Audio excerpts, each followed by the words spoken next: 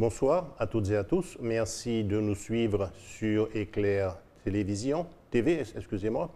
Et nous traiterons aujourd'hui de trois sujets. L'un relatif au dépôt des listes électorales et en particulier des candidatures pour les élections régionales. Quels premiers enseignements on peut en tirer, en particulier par rapport à la société civile? Nous nous intéresserons également au débat institutionnel. Beaucoup disent, mais parler du débat institutionnel en ces temps n'a aucun intérêt au regard des grandes problématiques que connaît la Guadeloupe. Qu'en est-il exactement? Et nous ferons un petit focus sur Félix Eboué, dont le 70e anniversaire de la mort a été célébré récemment. Donc nous verrons ces trois sujets, en commençant bien évidemment par celui relatif au dépôt des listes pour les élections régionales. La particularité du scrutin 2021, c'est qu'il y aura vraisemblablement 12 listes. Il faut attendre aujourd'hui pour que la préfecture les valide toutes, soit 2 listes de plus qu'en 2015. Mais ce qui singularise cette élection, d'où le titre de l'émergence de la société civile, c'est qu'en 2015, il n'y avait que 2 listes où il y avait des personnalités assez peu connues, en tout cas, qui n'étaient pas chefs de formation. Rappelez-vous, il s'agissait de Mélina Seymour et d'Henri Yoyotte. Toutes les autres listes avaient à leur tête des ancrages locaux ou alors des partis nationaux. D'ailleurs, le Rassemblement national ou d'autres formations étaient même candidates, rappelez-vous. Or, ce qui se passe en 2021, on peut observer 3 tendances lourdes. La première de ces tendances concerne la prise de distance des listes locales, en tout cas des têtes de liste locales par rapport aux partis nationaux, à l'exception de Sonia Petro et de Josette Borel-Incertain, qui se revendiquent respectivement des Républicains ou du Parti socialiste.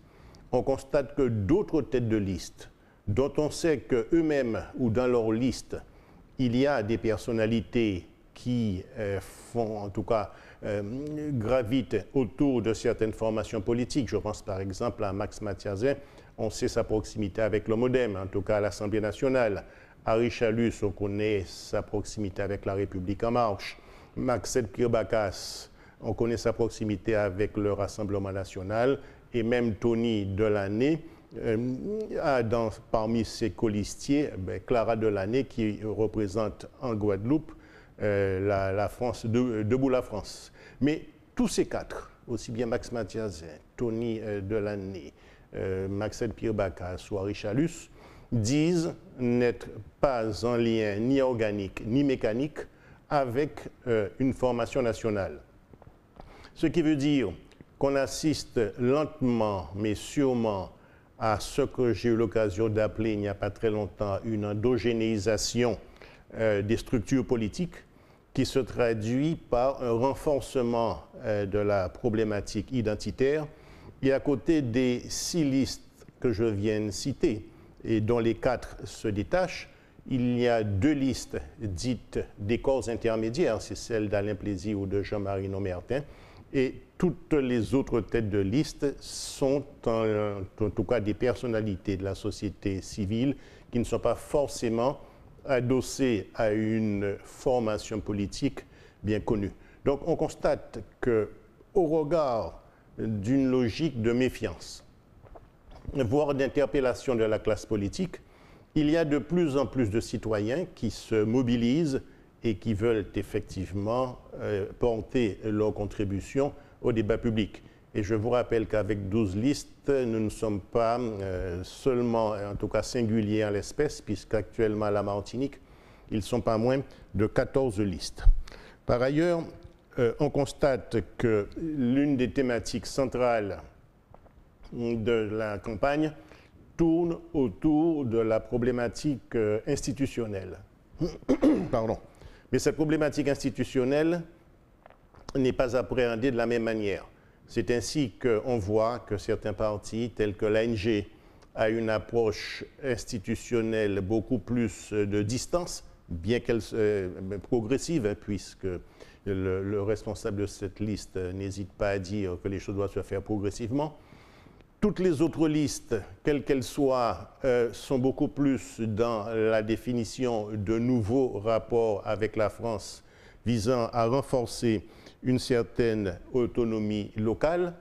Et donc, si dans notre deuxième sujet, nous allons aborder cette problématique de l'évolution de nos institutions, c'est que ceux qui avant clivaient la classe politique entre les tenants du droit commun, partisans de l'assimilation législative, et ceux qui étaient pour une évolution plus ou moins lointaine et distante avec la France, on constate que ce débat n'est plus d'actualité, puisque toutes les formations, quelles qu'elles soient, souhaitent en tout cas définir de nouveaux rapports avec la France, et ces nouveaux rapports doivent aller dans le sens où il faut donner plus d'autonomie aux élus locaux. Maintenant, cette autonomie est perçue différemment, puisque certains qui sont actuellement en charge de responsabilités publiques vont beaucoup plus définir des éléments d'autonomie au regard du caractère opérationnel ou interventionniste qui est le leur dans leur champ de compétences par rapport aux collectivités qu'ils dirigent. D'autres de la société civile vont plus loin puisque disent attention, ces mêmes personnes qui nous ont gouvernés n'ont pas été en mesure d'appliquer justement ces dispositions dont certaines préexistent, donc nous irons vers une situation qu'il faut remettre les cartes, en tout cas procéder à ce qu'on appelle un renouvellement de la classe politique. Attendons voir quelle sera la position de l'électorat. Plus il y a de candidats, plus il y a une offre politique. En matière d'abstention, parce que c'est là où vont se jouer beaucoup l'expression des suffrages, est-ce que certains électeurs attendront face à la multiplicité des listes avant de se prononcer pour le deuxième tour? Ou au contraire, est-ce que cette multiplicité des listes, qui traduit un engagement encore plus important de personnes de la société civile, quelles que soient les listes, est-ce que cet engagement de cette société civile va se traduire par une activation des différents micro-espaces, hein, c'est-à-dire les quartiers? Il y a quand même pas loin de 500 personnes qui se présentent au régional, donc les quartiers, les réseaux familiaux, les réseaux associatifs. Attendons, ça fait partie des hypothèses lourdes que nous devrons suivre, en tout cas des hypothèses de travail très sérieuses, pour savoir exactement est-ce que l'électorat guadeloupéen reste conservateur et prudent par rapport à l'innovation ou au contraire, est-ce qu'il est prêt à s'ouvrir et donc à faire confiance à des élus qui n'ont pas exercé pour autant des responsabilités politiques préalables. Nous avons donc terminé concernant l'analyse de ces listes. Nous allons maintenant passer à la problématique du débat institutionnel. Alors, s'agissant du débat institutionnel, il y a deux approches. La première est celle qui consiste à dire, mais finalement, ce débat n'a pas d'utilité, pour la simple et bonne raison qu'il n'est pas en mesure, en tout cas dans la conscience collective des Guadeloupéens, d'apporter une solution aux problèmes urgents et cruciaux qui se posent, en particulier problèmes de la santé, de la délinquance, des transports, de l'eau, etc. Et d'autres qui disent non, au contraire, davantage nous avons des moyens locaux de produire du droit, donc ce qu'on appelle le pouvoir normatif, et plus nous pourrons prendre des dispositions qui seront en adéquation avec ce qu'attendent les populations. En réalité, le problème est très mal posé d'emblée en mettant en perspective l'évolution des institutions, du pouvoir normatif et réglementaire avec les problématiques actuelles de la Guadeloupe. En fait, que faut-il? Anticiper ce qui, dans la doctrine nationale, fait que l'outre-mer est perçu comme étant un espace où l'autonomie doit être de toute façon renforcée. D'ailleurs, c'est le droit de l'outre-mer qui sert d'inspiration à la loi 3D, devenue entre-temps la loi 4D avec la décomplexification. Et ce droit de l'outre-mer veut qu'on donne davantage de pouvoir normatif aux différentes collectivités territoriales, y compris celle de l'Hexagone. Donc avant, l'identité et l'uniformité étaient la règle et la différence l'exception. La doctrine change. C'est la différence qui devient la règle et l'identité, donc ce qu'on appelait avant le droit commun, devient l'exception. Ça veut donc dire que très rapidement, à un moment donné, le gouvernement, dans le cadre de l'évolution de cette législation, demandera aux collectivités, mais que voulez-vous faire, quels sont les domaines, et en particulier les matières, où vous souhaitez exercer des responsabilités. Et il ne faut pas que nos élus se retrouvent dans une situation à pouvoir regarder ce qui se passe à droite et à gauche et à dire, bon, nous, on veut rester dans le droit commun défini par la majorité, puisque maintenant le droit commun devient la différence. Donc, il y a non pas à mettre en perspective l'évolution des institutions ou du pouvoir de faire du droit local avec la résolution des problèmes, mais la nécessité d'anticiper de toute façon d'un changement qui nous sera imposé non seulement par la loi, mais cette imposition nous obligera à faire un certain nombre de choix. Mieux vaut réfléchir à ces choix dès maintenant plutôt que d'attendre d'être en situation de précipitation. Que voulons-nous en matière d'urbanisme? Que voulons-nous en matière de législation du travail, en tout cas dispositions réglementaires du travail? Que voulons-nous par exemple pour l'immigration? On pourrait parler également des programmes scolaires, etc. Donc, après, l'État, par une loi, va définir des matières, parce que, croyez-moi, l'État ne va pas laisser forcément en grande partie ses missions régaliennes. Donc, il ne pourra y avoir que des matières définies par la loi, et c'est dans le cadre de ces matières que les collectivités auront la possibilité de pouvoir faire le choix du pouvoir normatif qu'ils estiment devoir appliquer. Donc, de toute façon, la loi nous imposera à un moment donné cette obligation d'évolution vers le choix des domaines où nous devons exercer davantage de responsabilités locales. D'autre part, les constitutionnalistes actuellement sont d'accord sur la nécessité de fusionner les articles 73 et 74. Donc avant, le débat qui faisait peur en disant oui, mais l'article 73, c'est le fait de rester dans la protection du droit commun français. L'article 74, c'est l'article qui était celui de l'aventure, comme l'aventure tentée par Saint-Martin ou Saint-Barthélemy.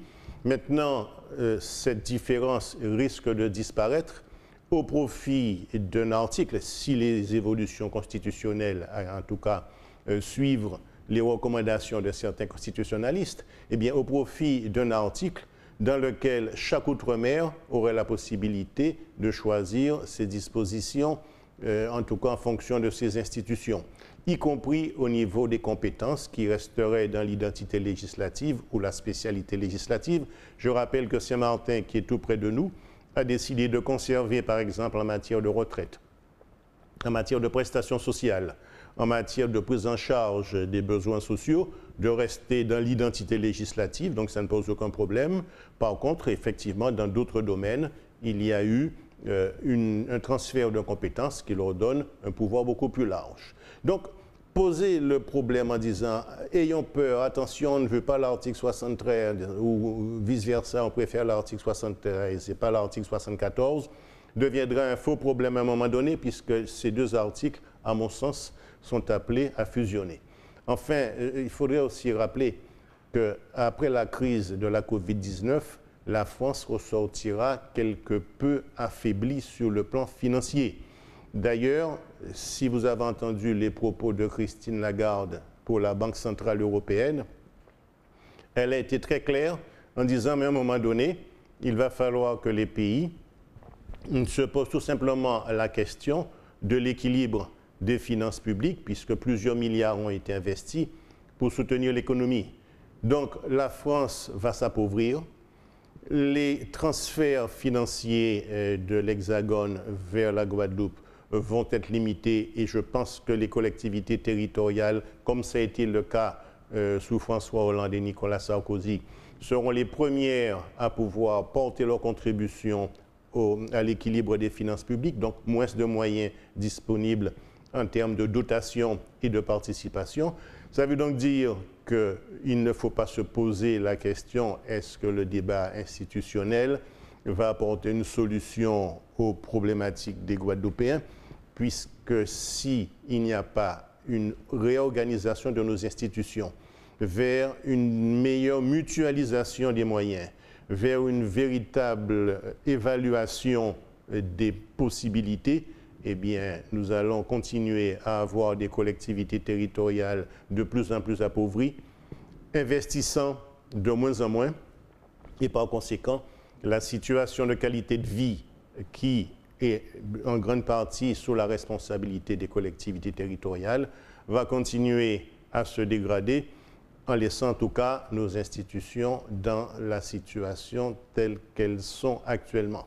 Voilà donc ce que je voulais évoquer avec vous, en vous disant que plus que jamais ce débat est d'actualité, à savoir comment faisons-nous du droit local et quelles institutions il nous faut, sachant que c'est une tendance qui est nationale et que cacher cette réalité à la Guadeloupe, en tout cas aux électeurs, c'est tout simplement oublier que de plus en plus d'électeurs sont rationnels.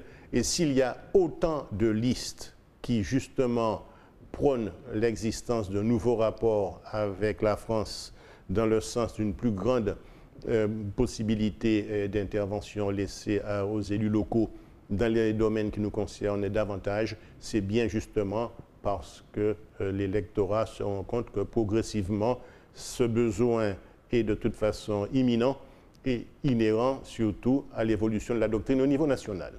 Nous en avons terminé avec cette problématique institutionnelle. Intéressons-nous maintenant très brièvement à Félix Eboué. Cette semaine a eu lieu une cérémonie en la mémoire de Félix Eboué. Juste quelques éléments historiques. Il a été, de la qualification même de l'histoire, le premier gouverneur noir. Et ce que je voudrais montrer, c'est surtout sa dimension humaniste. En 1928, Félix Eboué adhérait déjà à la Ligue des droits de l'homme. Sous le Front populaire, il a été appelé à intervenir à la Guadeloupe, je vais y revenir, sachant qu'il a également été l'un des premiers Français, en tout cas, à rejoindre depuis 1944, août 1944, au Tchad, la résistance d'une part et d'autre part à rejoindre le gouvernement du général de Gaulle qui s'est installé progressivement après, bien sûr, le débarquement de juin 1944 et l'installation d'un gouvernement provisoire. Mais là où je voudrais insister, c'est sur le côté humaniste et un peu déçu de Félix Eboué. Et on connaît son discours au lycée Carnot qu'il a pris en juillet 1937 dans la fameuse distribution des prix que nous avons connue quand nous étions petits. Et il avait intitulé son discours, en tout cas une des phrases qui revenait le plus souvent, c'était « jouer le jeu », en disant qu'il fallait marquer notre identité, mais en même temps tenir compte qu'on appartenait à un ensemble beaucoup plus grand dont on ne pouvait méconnaître à la fois les exigences, mais également, sans nier non plus, les incidences négatives qui pourraient être liées à la colonisation ou à l'esclavage. Et je me suis intéressé non pas à ce discours, mais à un discours qu'il avait prononcé à Laboucan, à Sainte-Rose, au cours d'une manifestation des ouvriers qui avaient encerclé les propriétaires de l'usine avec leurs 2 enfants. Et donc Félix Eboué, gouverneur, s'est présenté en disant « Écoutez, ils sont 4, vous êtes des milliers, vous croyez que je vais appeler la gendarmerie, mais je ne le ferai pas, puisque je ne veux pas quitter la Guadeloupe avec mes mains couvertes de sang. Premier élément de son approche humaniste. Et puis les historiens disent qu'au fur et à mesure, même s'il n'y a pas de précision justifiée sur le plan scientifique, que ces personnes se sont lentement et progressivement dispersées, ce qui a permis au calme de revenir.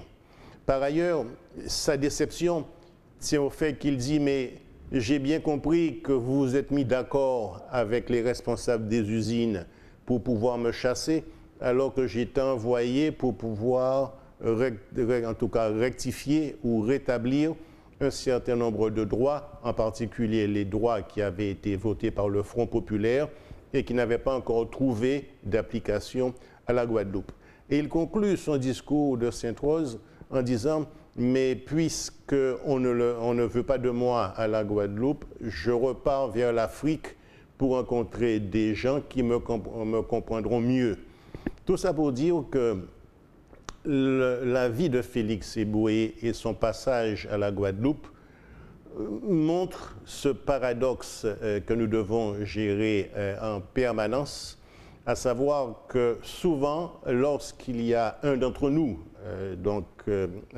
j'appelle un endogène ou alors un autochtone, appelez-le comme vous voulez, qui est en poste de responsabilité, ce n'est pas très facile. Et Félix Eboué est un très bon exemple, malgré son côté humaniste, qui montre sa déception. Il est mort précipitamment, en tout cas à l'âge de 59 ans, et je reste persuadé qu'il s'agit là d'un grand homme qui a côtoyé la Guadeloupe, mais qui a aussi montré ses déceptions.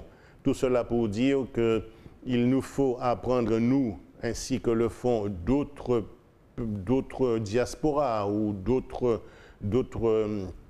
afrodescendants, à nous organiser en réseau et puis à nous soutenir mutuellement lorsqu'une situation difficile intervient et accepter d'être dirigés par nous-mêmes, ce qui serait d'ailleurs la première étape vers une rupture des chaînes, en tout cas au niveau de nos consciences.